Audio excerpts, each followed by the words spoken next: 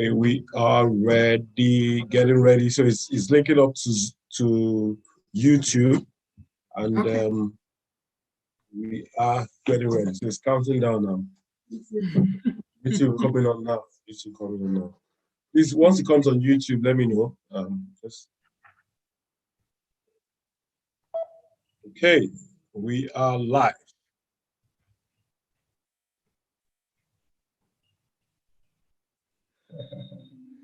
Okay, so just all right, great. So this is an amazing time. I'm so delighted to have Mutale Chisela here from Zambia. Did I pronounce that well? Yes, you did. You managed. Okay, amazing. So I would like to just run on your profile before we start. Okay. Just your profile is amazing. Reading your profile, and I was like, whoa. Moving in from what intrigued me about your profile was the bit around your transiting from the banking sector and then running your business, But so let me read that now. Okay. Mutale, Chilangwa, Chisela. Our top 5 strengths are learner, relator, self-assurance, strategic, and intellection. Knowing her strengths has helped her understand herself and how she relates to others in her personal life and the business environment. Mutale is a consultant with Berakah Human Capital Solutions and has vast experience in the commercial banking sector. As a senior executive, she led teams in operations, sales, learning and development, and general human resources. Her experience and skills as a Gallup coach were honed while working at an international bank when she coached the country's management trainees. Trainees became valuable leaders in the organization and excelled in their career. The experience with the trainees helped her develop a love for coaching. She enjoys the thrill of watching others discover the value of their strengths and how they can apply them in their personal and business lives. Mutale also has experience in coaching teams and training managers with the focus to move them from good to great. I love that. A passion for developing and training leaders has led her to coach outside the banking community.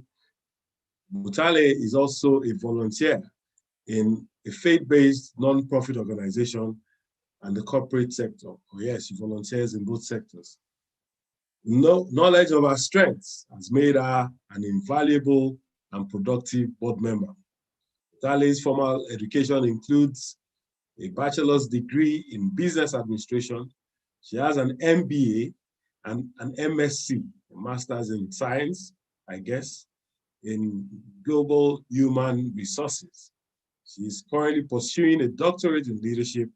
Mutale has lived in Cyprus, Jordan, United States, and Zambia.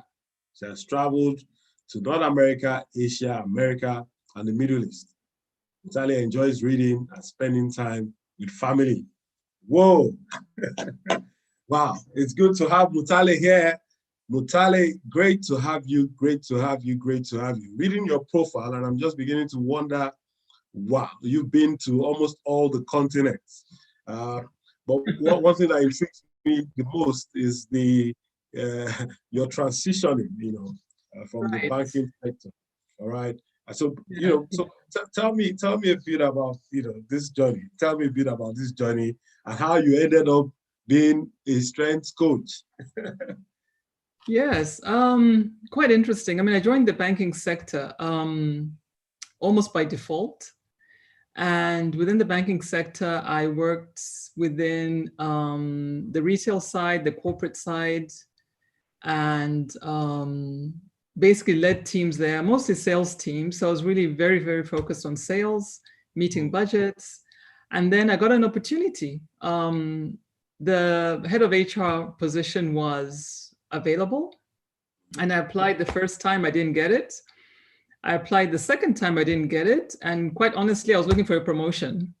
I wasn't really looking for like a career change. It was like a promotion. And I thought, I can get onto the management exco for the bank by going into HR. And because I'd managed teams before, the whole disciplinary process, so I had a bit of background on HR. So it wasn't until the opportunity came up, I was promoted, I got the job, and then I went into HR. And so that's where it started. And then I was introduced to the Gallup Clifton Strengths model. And I was really excited simply because, the way the banking sector works, a lot of people go through a lot of assessments and you're told, oh, you need to work on this, you need to work on that. And I found that extremely frustrating because I thought, my background is Christian, and you're always taught as a Christian that you can never do enough really to make you'll never reach perfection. You know what I mean? And so I used to find the assessments really frustrating because I used to feel like, of course, I'll never be perfect. I'll never get to be. And one of the things that I was told was when I managed a team, I always left them behind because I just didn't seem to have the skill set to carry them with me, with the vision and everything. So when I learned about Strength Finder, one, it highlighted the things I was really good at, and it helped me understand myself better. But then one of my top strengths is relational. And I realized that with relational, I can use that to my advantage to bring the team along, get to know the people. It's not just about numbers. So it's almost like I had this heart change from being such a numbers focused person to actually looking at the person and finding out, who are they? What makes them tick? And during that time, I started reading about emotional intelligence as well. Okay. So it's not just managing people with your mind, it's also with your heart. So that really basically worked well with the information I was learning about, Strength Finder and the coaching bit and the talents and the strengths. So yeah, I could go on, but in a nutshell, that's it. And that's amazing because when I discovered my own strengths, it was actually a leeway to, charting new grounds. And that way, I started to come into a bit of awareness, and then I started to improve on myself towards mastery. Okay, now, crux of today's matter, we're talking about focusing on developing people. And so in my studies, I've discovered that we have some new, distinction between roles and nomenclature. So I understand people have moved from being coaches or bosses to coaches, all right? We have instances where people have stopped referring to employees and they've been referring to them as people, all right? So human capital rather than mere resources. So with the HR, moving to the executive floor, all right, and helping in the strategic drive to, execute and, get things going. I also stumbled recently on a study, from the Harvard Business Review, put up in the Harvard Business Review. And it revealed that even though many employees appreciate that added responsibility and opportunities for advancement, okay, may receive, some kind of appreciation on the sides of the number of workers. But there was a missing link. It was that people wanted much more than just promotions. People wanted the opportunity to be coached. People wanted the opportunity to be recognized. People wanted the opportunity to be mentored and even encouraged. Now, can you please, in your own, based on the fact that you're a specialist in this area and you're also a strengths coach, how have you, and do you agree that it's important that we move on this journey? And just tell us your own insights around this. Yeah, I do agree. It's not just about getting a job or getting a position. It's about how do people see themselves within the organization. I've started asking questions like, what, you ask people like, what are you really paid to do? What are you paid to do in this role? How do you see yourself making a difference? And what do you like about your role and why? When you start asking people questions like this, then they start thinking, what exactly is your contribution to the role?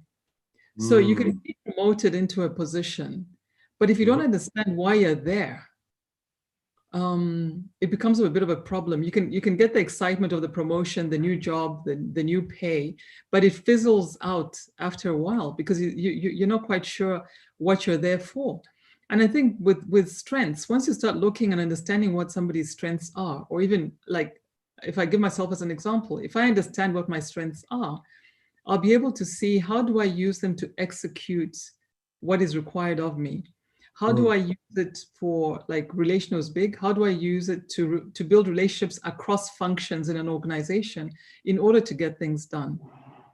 How do I start thinking as a strategic person, and who do I bring along as I think as a strategic person? So it goes beyond the role. A person starts thinking, how can I add value within the organization? How can I also add value to other people's lives? Because we're relational people, and we were not built. We're not born to be alone. We build relationships as we go along in the institution. So it goes beyond the job. It's also about relationships. So if you're going to get to that executive floor, you have to carry people with you.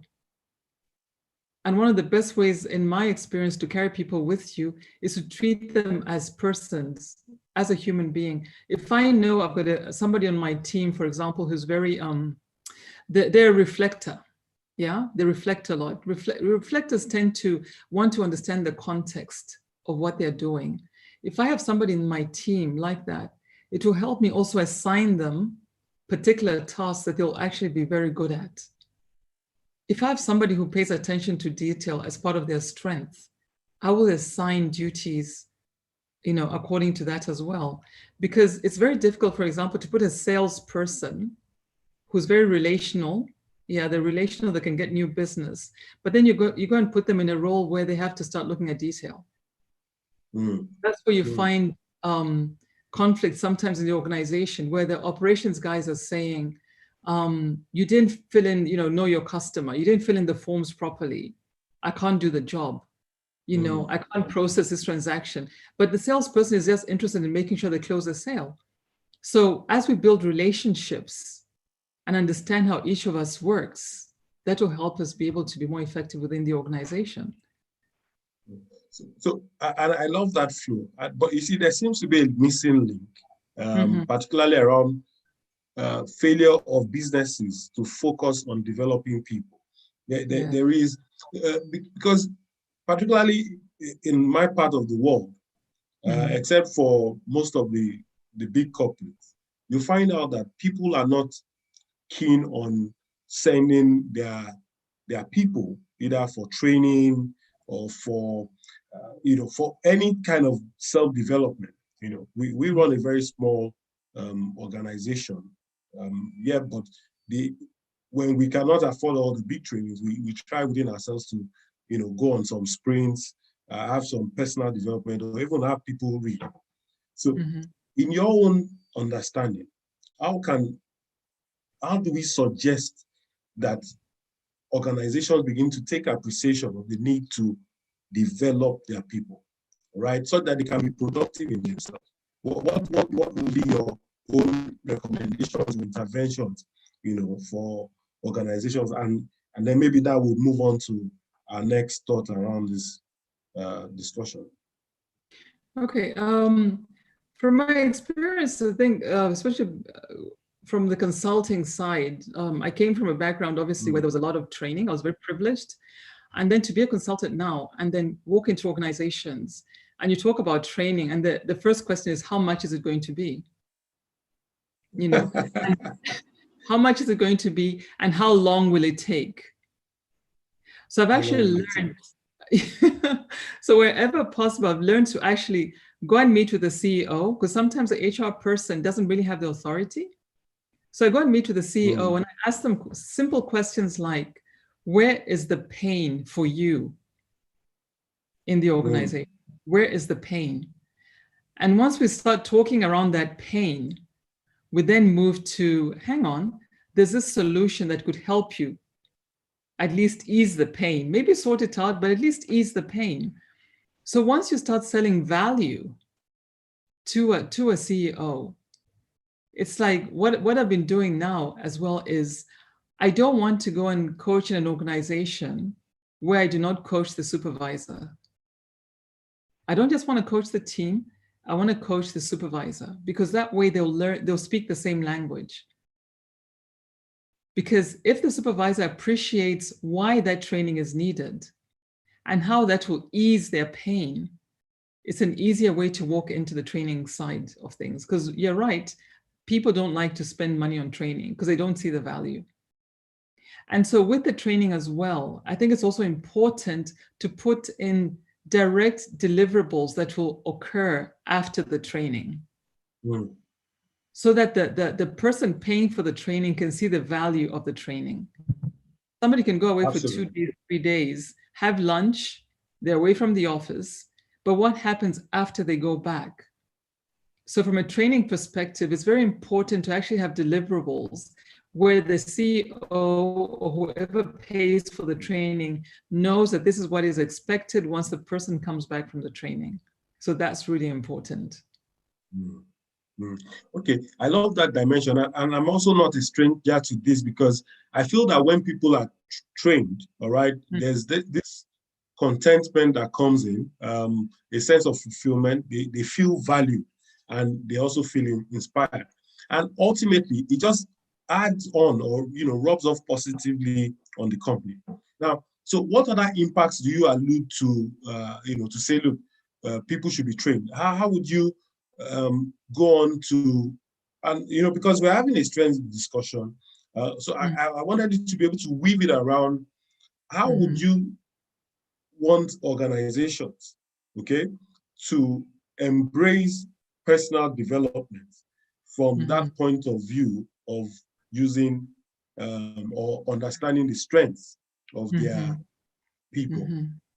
It's I just wanted it to flow in that direction, just so that for the benefit of those that are listening, we're having a strengths discussion, but somehow we're revolving it around career development, people development, either in a company or a startup or an enterprise, as the case may be.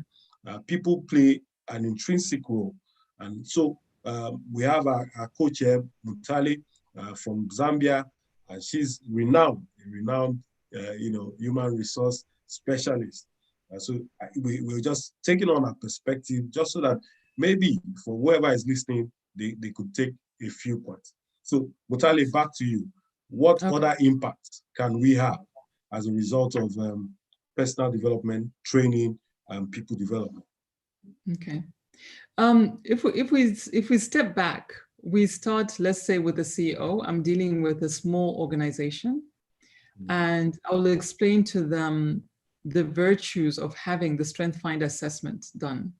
Now, for the benefit of the people listening, the assessment that one takes, it focuses on what are the talents and what are the strengths that a person has.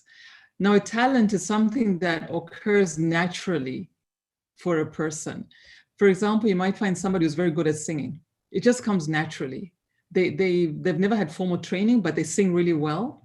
And it's a strength because every time they sing almost to near perfection.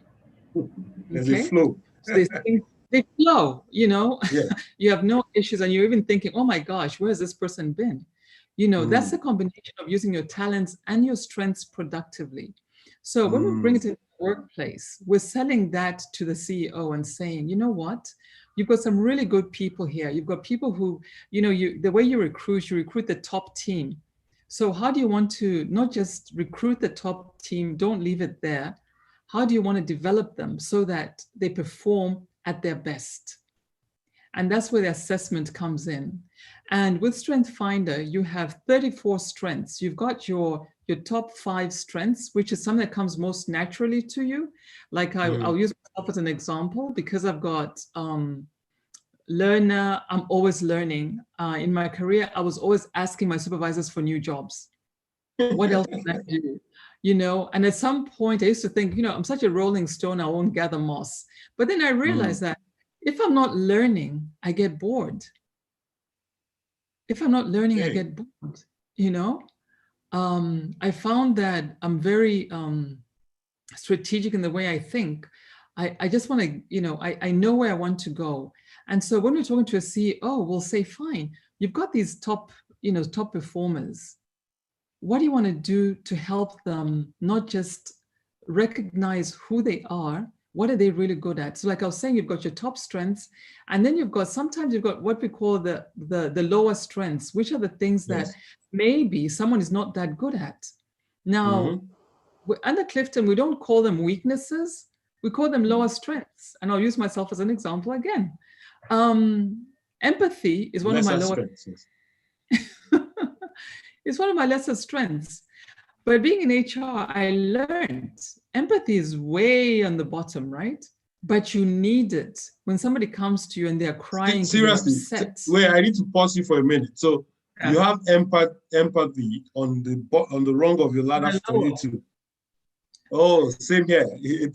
But I've been able to manage that, because so at some point it used to be an issue because among family members, even my wife would say, look, why can't you be empathetic? And then relationship building was a no-no for me, but I was able to, and talking about the lesser strengths now, what I was able to do was develop my, create some kind of system to be able to manage those relationships effectively. So if you don't see me for a year, but at least I can still get to celebrate your birthday.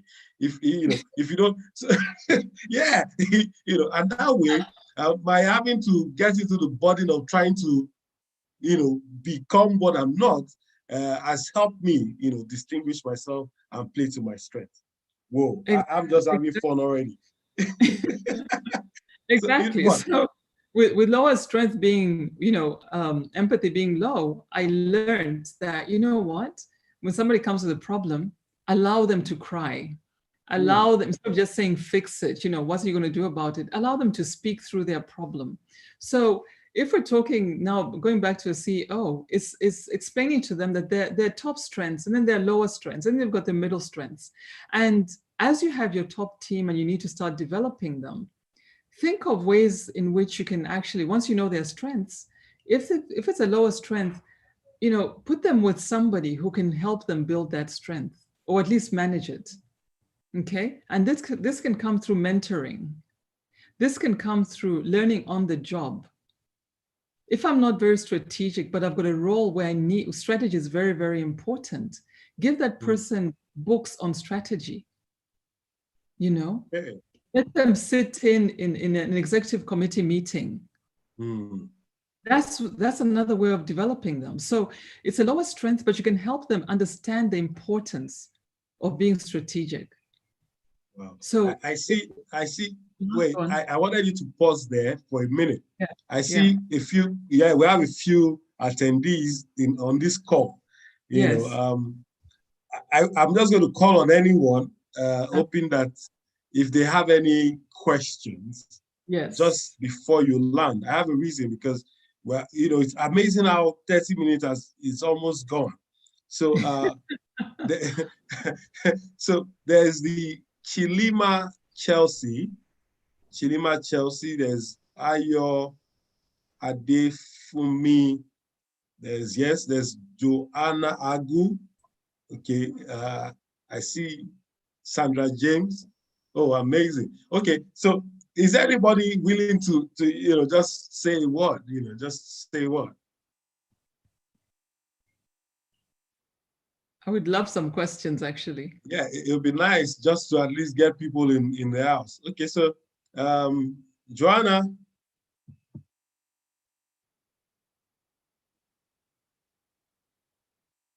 Oh, okay. Okay. Well, I think some people don't consider this as a strength, so they just fix it up. Let's go ahead. Mutale.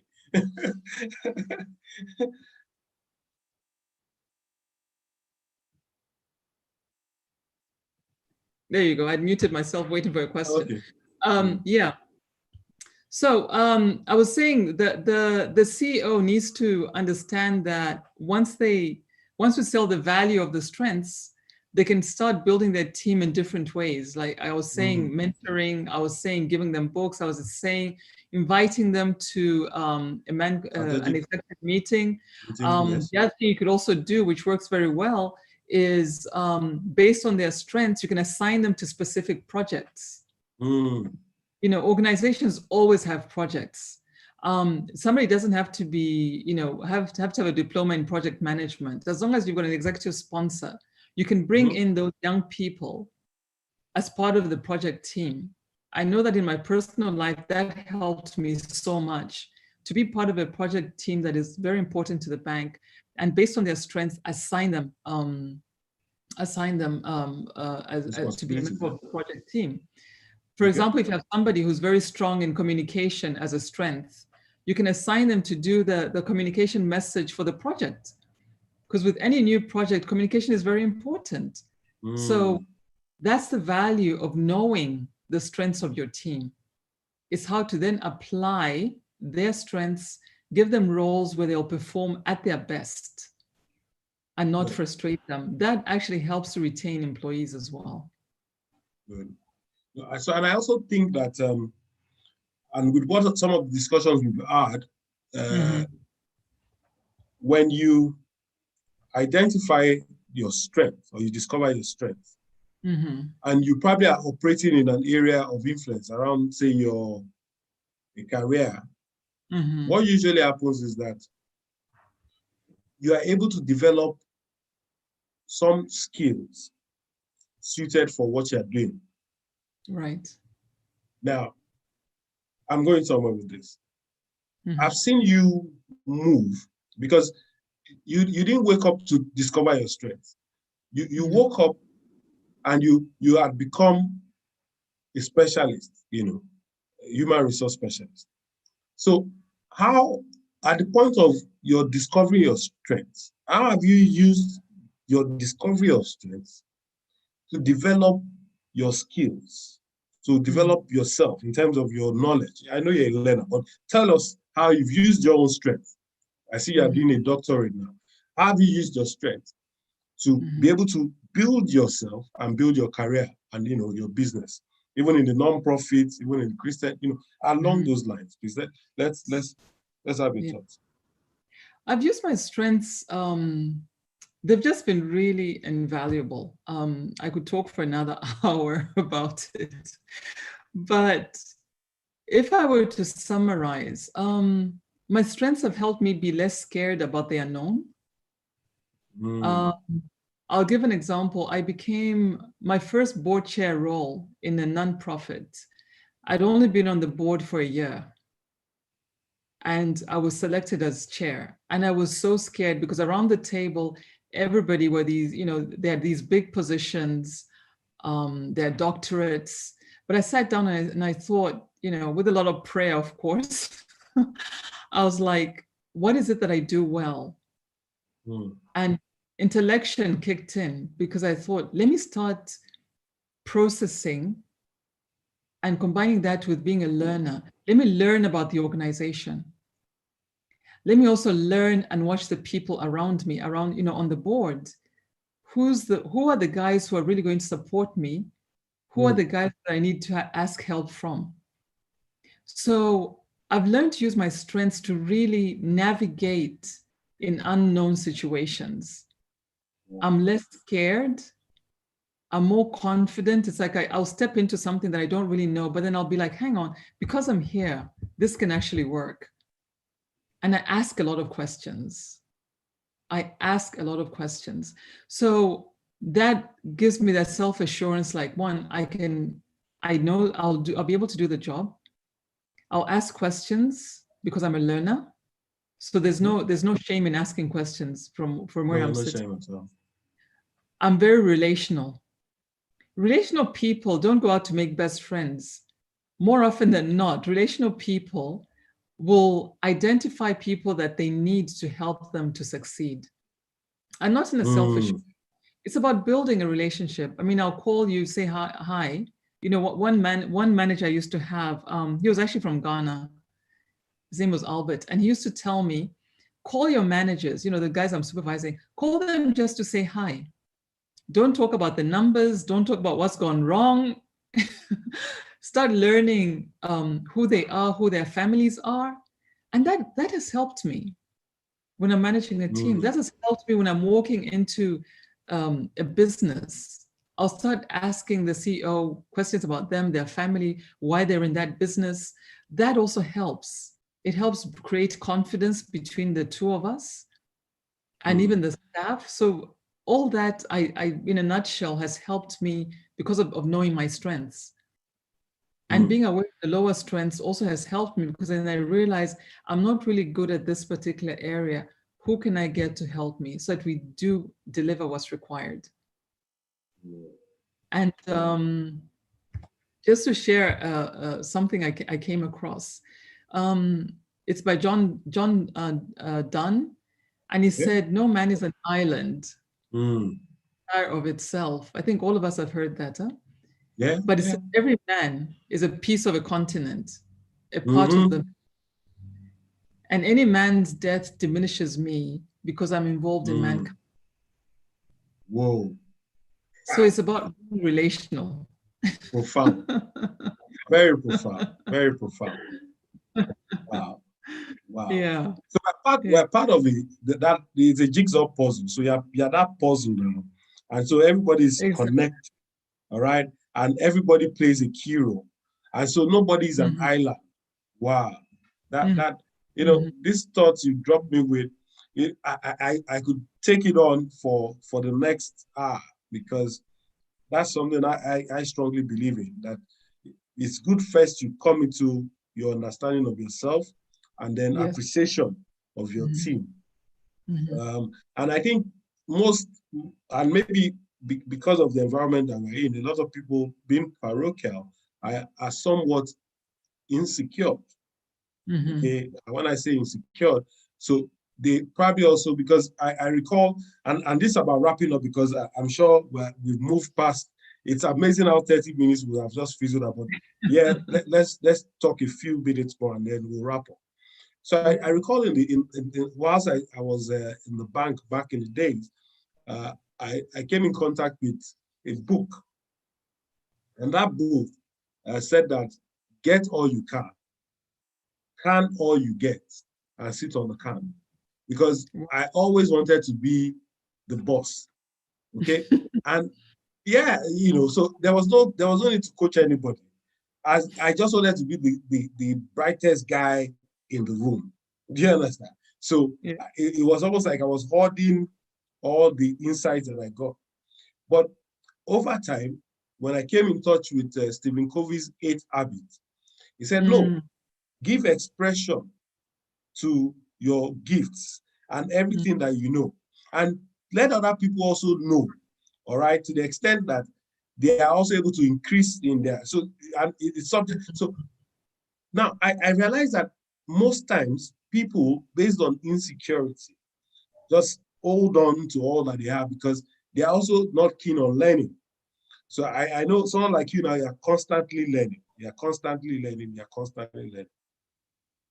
I want you, you know, in a few words to tell us how we can use this strengths assessment, all right, to discover ourselves fully, you know, because I know you've used it, but just draw it in now on how we can use strengths to discover ourselves, and then we'll wrap up with your closing remarks.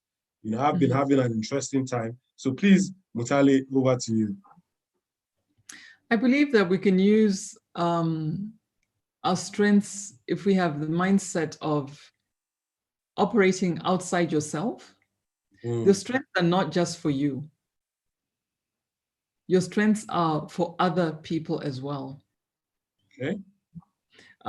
Dennis Waitley said, to exist just for yourself is meaningless. You can achieve the most satisfaction when you feel related to some greater purpose in life, something greater than yourself. So strengths for me are about something greater than myself. I've discovered who I am through the strengths, but how can I then use them to help other people discover their strengths and perform and be better people than what they are? So take it outside yourself to other people and use it as a development tool. How can I help somebody else be better? That's why I love strengths. That's why I love strengths. Good. How can I use, and that's what we are doing in my, we know each other's strengths, and we're complementing our strengths to get the world to move on our behalf. Exactly. I need to have your closing remarks, closing statements, for whoever is listening and will be watching the replay. You dropped a whole lot, and I'm going to go and watch this again so I can just take key notes that you have expressed. So tell us in your closing remarks, what are you leaving us with? Yes. Closing remarks, I'm leaving you with the fact that I need everybody listening to do their strength finder, do the assessment, get to know yourself, get to know your strengths. It's a great tool. It's a great tool. Wow. Amen. Yeah, amen. And the people said, amen. Awesome. Look, I've had a good time. I don't know if my technical team members are here. Can they display Mutale's details, just so that, you want to reach out to her. And those that will be watching the replay, do we have the details, technical? Do we have the details? Can I be sure that we have the details of, please, can we have it on, and, just so that people know that, yes, this is, this is our own, very own. Yeah, you have an email address there. Can we adjust the screen just so that our audience can have a glimpse of our coach,